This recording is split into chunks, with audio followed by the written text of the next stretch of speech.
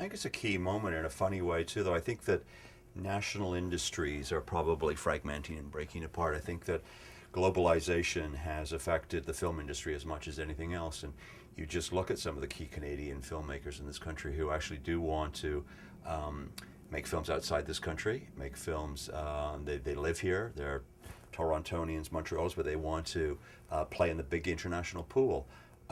So the Agoyans and Cronenbergs and Darkons are definitely doing that. And are they making Canadian films? Well, they're Canadian artists at the end of the day.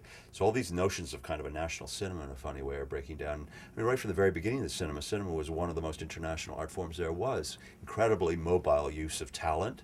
I mean, Hollywood was basically created by German Jews and Eastern European Jews. I mean, huge influx of people from other countries who were, adding to what we now know as Hollywood.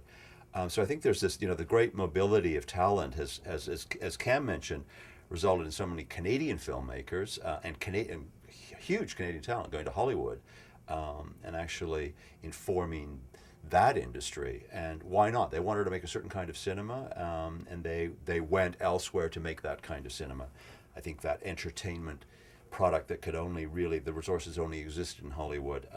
The ones that stayed behind here in Canada are making a different kind of film, much more personal, much more intimate, much more low budget, designed for a different kind of audience, designed for a niche. And so I think that, it is a key moment in a funny way where national cinemas are breaking down, but at the same time people do want to retain their freedom, their independence of action. So a lot of people will make more low budget work. It'll be harder and harder to make that work. I think they'll use different means of distribution to get into the marketplace. They'll obviously have to work with the net, work with new technologies.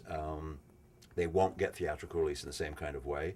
I think you'll see a real polarization in terms of activity.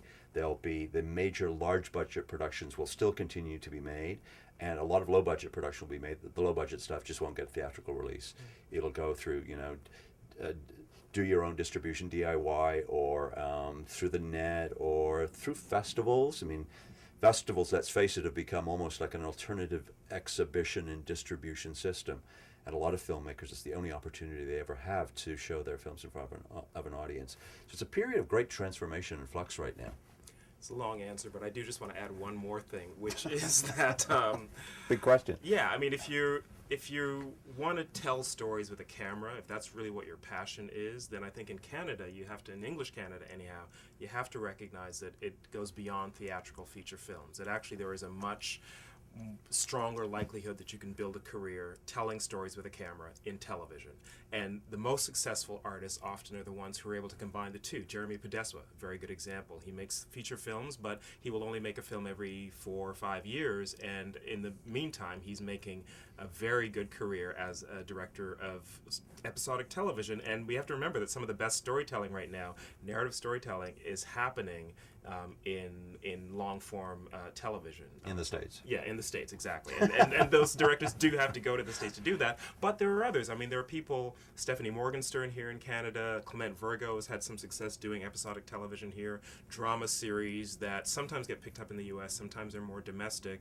Paul Gross, of course, cut his teeth doing that too. So, there has been, I think, a hierarchy between feature films and television for many years, and maybe we need to look at those two a little more closely together.